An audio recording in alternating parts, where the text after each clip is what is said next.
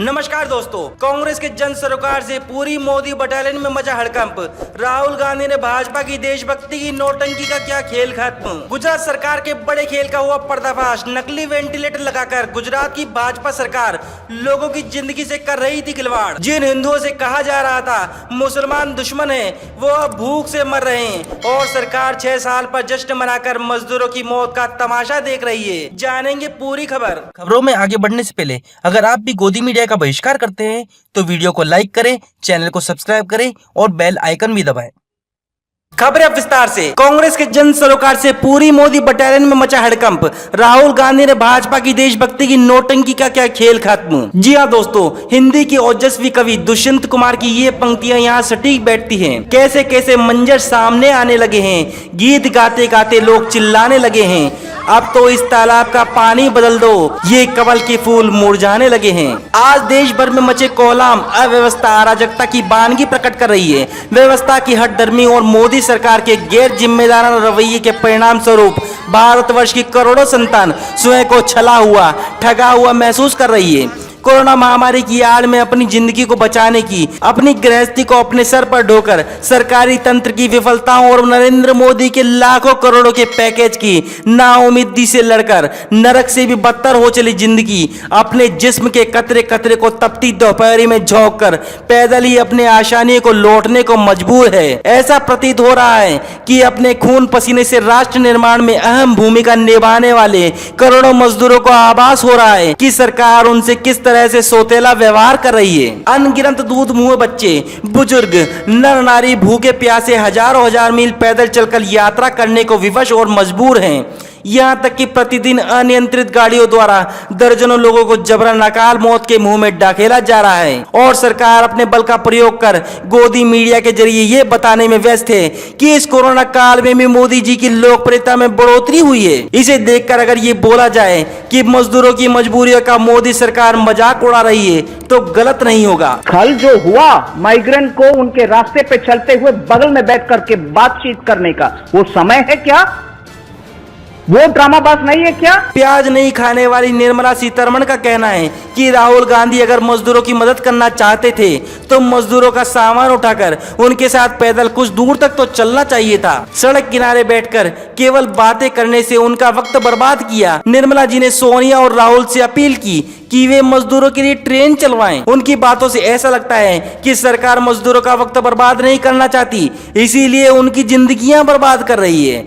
ऐसा कह रही है जैसे सरकार के सारे मंत्री और वे खुद दिल्ली के मजदूरों की गठरी लादकर उड़ीसा और झारखंड छोड़कर अभी ही लौटे हैं। सोनिया और राहुल रेल चलवाएंगे तो सरकार क्या करेगी? मक्खियां मारेगी, खाली एक एक करके संपत्तियां बेचेगी और गाल बजाएगी। भाई और बहनों, आज मैं 6 नए एयरपोर्ट बेच रहा हूं, कल स्कूल बेच दूंगा, अस्पताल बेच दूंगा।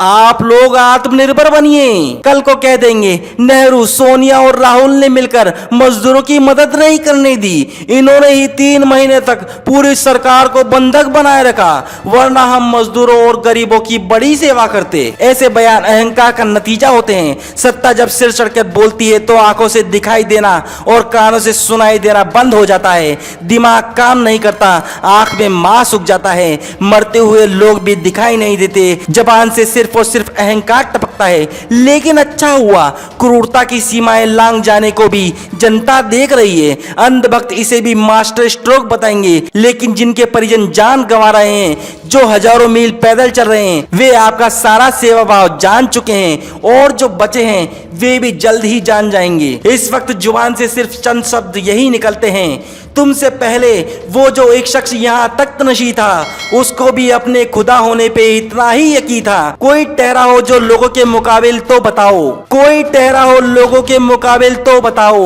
वो कहाँ है कि जिन्हें नाज बहुत अपने तई था। जिन हिंदुओं से कहा जा रहा था मुसलमान दुश्मन हैं, वो अब भूख से मर रहे हैं और सरकार 6 साल पर जश्न मनाकर मजदूरों की मौत का तमाशा देख रही है। जी हाँ दोस्तों, कोरोना महामारी ने भाजपा द्वारा 6 साल से चलाए जा रहे हिंदू मुस्लिम प्रोजेक्ट की हवा निकाल दी है। जिन हिंदुओं से कहा जा रहा था कि मुसलमान तुम्हारा दुश्मन है, उन्हें गरीबी लील गई, गुजरात से लौट रहे अमृत कुमार ने मोहम्मद सैयूब की गोद में आखिरी सांसें सब छोड़कर चले गए थे। सैयूब रुक गया कि ऐसी हालात में कैसे चले जाएं। उसने अपना ट्रक छोड़ दिया। अमृत ने दुनिया छोड़ दी। सरकार ने इंसानियत छोड़ दी। अकेले सैयूब ने सब बचा लिया। वह अमीर नहीं है, 9 लाख का फकीर भी नहीं है, लेकिन एक अच्छा इंसान है। अमृत की ही तरह सैकड़ों लोग मारे जा रहे हैं। उनके शव भारत के राजमार्ग पर ही कहीं पड़े हैं। कोई गिनती तक करने वाला नहीं है। जिस रोटी के लिए उन्होंने घर छोड़ा था, रोटी कमाने शहर आए थे,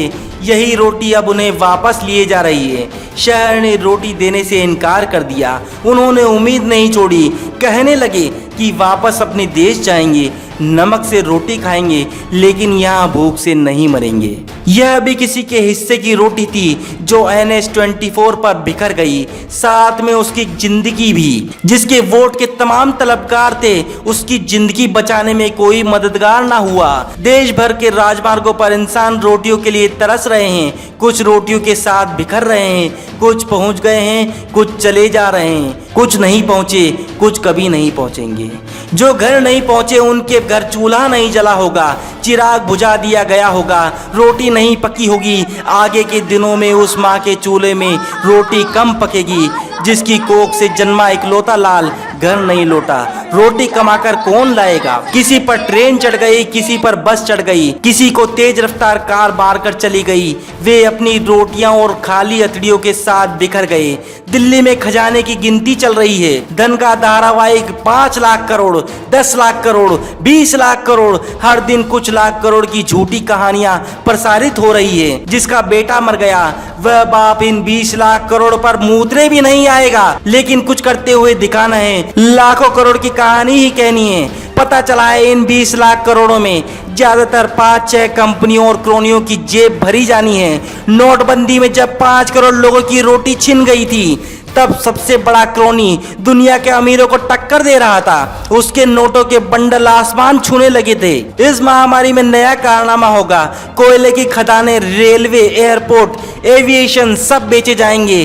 देश अपनी जान बचाने में लगा है। लुटेरों ने देश लूट लेने के लिए जान लड़ा दी है। देश की रहनुमाई में अब मैनेजरगिरी हो गई है। प्राइवेट लिमिटेड कंपनी चल रही है। ईस्ट इंडिया कंपनी देश चलाएगी। खुद से जहाज खरीद लो तो दुनिया घूम आओगे, वरना पैदल चलकर ही मर जाओगे। लेकिन ये रोटियां, ये बिखरी हुई रोटियां अपने बिखर जाने की कीमत वसूलेंगी। हम सरकार से सिर्फ इतना ही बोलना चाहेंगे, हमारे मुंह से जो निकले वही सदाकत है। हमारे मुंह में तुम्हारी जुबान थोड़ी ही है। जो आज साहिब है मसलद है, कल नहीं होंगे। अजी किराएदार है, जाति मकान थोड़े ही है। गुजरात सरकार के बड़े खेल का हुआ पर्दाफाश। नकली वेंटिलेटर लगाकर गुजरात की भाजपा सरकार लोगों की जिंदगी से कर रही थी खिलवाड़।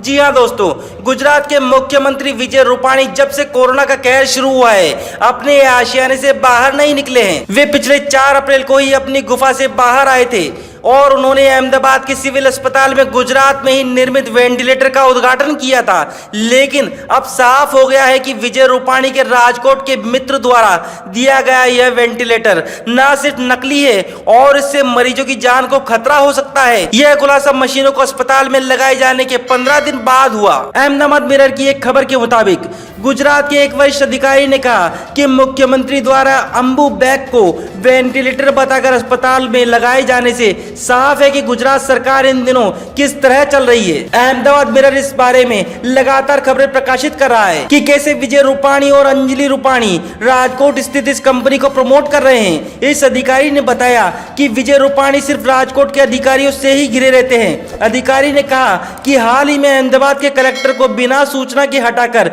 दिल्ली में एक अनजान से पद पर भेज दिया गया। अधिकारी के मुताबिक विजय रूपाणी के द्वारा अंबु बैग को वेंटिलेटर के तौर पर सेटअप करवाना, यह सीधे तौर पर दिखा रहा है कि किस प्रकार मरीजों की जिंदगी से खिलवाड़ किया जा रहा है। यह एक आपराधिक कृत्य है। आपको बता दें कि 4 अप्रैल को विजय रूपाणी ने वेंटिलेटर उद्घाटन करते समय कहा था कि पूरी दुनिया कोरोना वायरस जैसी महामारी का सामना कर रही है और मामलों के बहुत तेजी से बढ़ने के चलते वेंटिलेटर की कमी हो रही है। ऐसे समय में सस्ते वेंटिलेटर बनाकर गुजरात इस महामारी से लड़ने वाले दुनिया के तमाम देशों की कतार में सबसे आगे खड़ा हो गया है। लेकिन अब इस नकली वेंटिलेटर का खुलासा होने के बाद इस मामले ने एक बार फिर पूरे गुजरात को शर्मसार कर दिया है। वहीं गुजरात सरकार जिस वेंटिलेटर को सस्ता बताकर कोरोना वायरस से जंग लड़ने में सबसे उपयोगी हथियार बता रही थी, अब उसी वेंटिलेटर के निर्माता पराक्रम सिंह जडेजा ने स्वीकार किया है कि यह फुल फ्लेज्ड वेंटिलेटर नहीं है। साथ ही उन्होंने दावा किया है कि इसकी जानकारी गुजरात सरकार को पहले ही दे दी गई थी। वहीं गुजरात कांग्रेस ने इस मामले को लेकर सीएम विजय रूपाणी पर हमला बोला है। कांग्रेस ने कहा है कि इस महामारी में भी गुजरात में भ्रष्टाचार पुरजोर से चल रहा है। सीएम ने अपने मित्र को फायदा पहुंचाने के लिए डीजीसीआई के लाइसेंस को भी नजरअंदाज कर दिया। इस मामले को लेकर गुजरात के दलित नेता जिग्नेश मेवाणी ने एक ट्वीट करके गुजरात सरकार पर निशाना साधा। उन्होंने ट्वीट में लिखा था, मुख्यमंत्री विजय रूपाणी ने कथित तौर पर अंबु बैग वेंटिलेटर के तौर पर अहमदाबाद के सिविल हॉस्पिटल में पास करके लगवाया था। अपने दोस्त की कंपनी को हित पहुंचाने के लिए लिया गया यह कदम लोगों की जान के साथ समझौता है। वहीं प्रशांत भूषण ने भी गुजरात सरकार पर हमला बोला है। उन्होंने कहा, गुजरात मॉडल सीएम रूपाणी के द्वारा अंबु बैग को वेंटिलेटर्स की जगह पास करना अपराध होने के साथ ही यह भी दर्शाता है कि विजय रूपाणी के शासन में गुजरात सरकार किस तरह से काम कर रही है। तमाम ताजा खबरों के लिए हमारे साथ बने रहिए और सब्सक्राइब करें इंडियाज रियल पॉलिटिक्स, भारत की सच्ची तस्वीर।